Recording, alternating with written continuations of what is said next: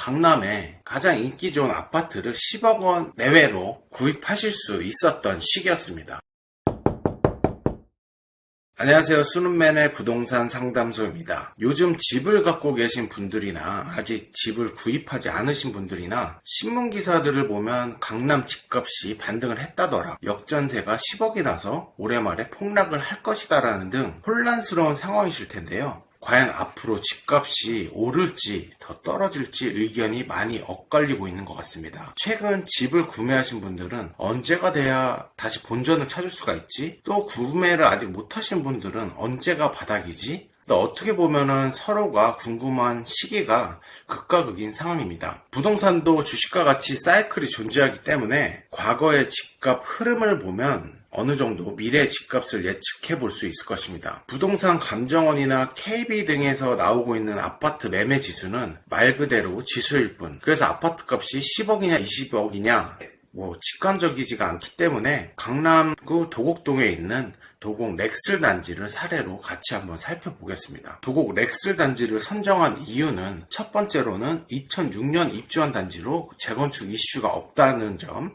두 번째는 2006년 1월 1일부터 부동산 실거래가 신고 제도가 의무화가 되었기 때문에 2006년에 입주한 도곡 렉슬 단지는 입주 시기부터 실거래가 데이터가 있다라는 점, 세 번째로는 3002세대의 대단지로 충분한 거래 사례가 있다라는 점에서 아파트 단지를 선정하게 됐습니다. 많은 분들이 도곡 렉슬 33평형 초창기 분양가가 얼마일까 많이 궁금하실 텐데요. 분양가는 5억 8천만 원이었고 입주 시기 분양권 가격은 약 10억 선으로 프리미엄이 4억 정도 붙어있는 상황이었습니다. 도곡 렉슬 전체 실거래가 데이터를 한번 보시면 저는 3개의 구간으로 나누어서 한번 살펴보겠습니다. 첫 번째 구간은 2006년부터 2012년도까지 6년 기간 동안 상승과 하락이 반복되었던 구간입니다.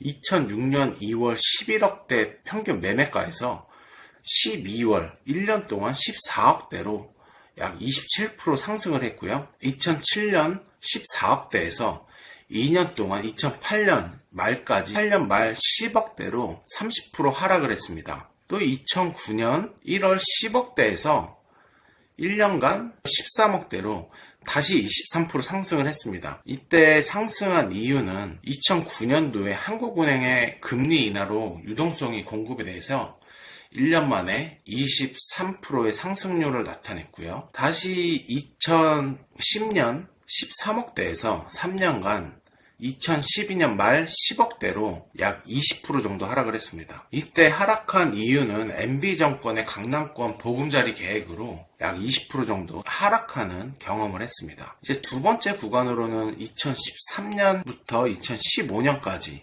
약 3년 동안의 아파트 가격 안정기로서 강남에 있는 33평형대 아파트를 10억 원 내로 매입할 수 있었던 시기입니다. 그래서 8년 전이면은 강남에 가장 인기 좋은 아파트를 10억 원 내외로 구입하실 수 있었던 시기였습니다. 지금 생각하면은 그때 아파트를 샀었어야 되는데 라는 생각을 하실 텐데, 그때는 그 정도의 돈이 없으셨을 확률이 매우 높죠.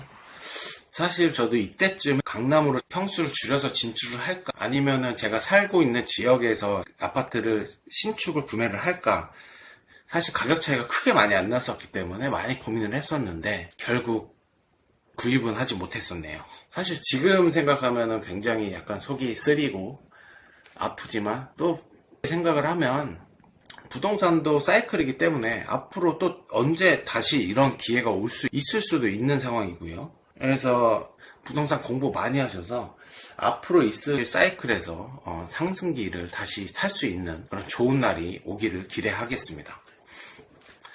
세 번째 구간으로는 2016년부터 21년 약 6년간 폭등기로 2016년 11억대에서 21년도 30억까지 거의 3배 가까운 상승을 한 사이클이었습니다. 과연 6년 동안 3배 상승한 가격이 정상적인 가격일까 하는 의문은 듭니다. 도곡 렉슬 실거래가를 한번 보시면서 눈여겨보셔야 될 점은, 아무리 한국 부동산 시장에 있어서 강남 불패라는 말이 있지만 2007년부터 2008년까지 약 2년 동안 27% 정도 하락한 기간이 있고요. 또 2010년부터 3년간 약 20% 하락한 기간이 있었다는 것. 강남도 아파트 값은 떨어질 수 있었다라는 점을 명심을 하셔야 되겠고요. 이 당시에 2006년도에 15억에 거래된 사례가 있습니다. 근데 과연 2006년도에 15억에 매입한 분이 다시 15억까지 가격이 회복하는 데 있어서 어느 정도 시간이 걸렸을까요? 답은 다시 15억의 거래가 나타나는 시점은 2017년 7월로 약 11년이 걸렸다는 점을 한번 또 이거 눈여겨보셔야 될 것 같아요. 고점에 물린 경우는 아무리 강남이라고 하더라도 10년 이상을 견뎌야 될 수 있다라는 점을 나타내고 있습니다. 2020년부터 21년 급등기에 15억 이상의 아파트를 구매하셨던 분들은 사실 담보대출이 안 됐었기 때문에 전액 현금으로 구매하셔서 아무래도 금리 인상에 따른 대출이자 부담은 좀 덜하실 텐데요. 문제는 오히려 10억 미만의 아파트를 연끌 대출로 구입한 분들의 걱정이 날로 커지실 것 같습니다.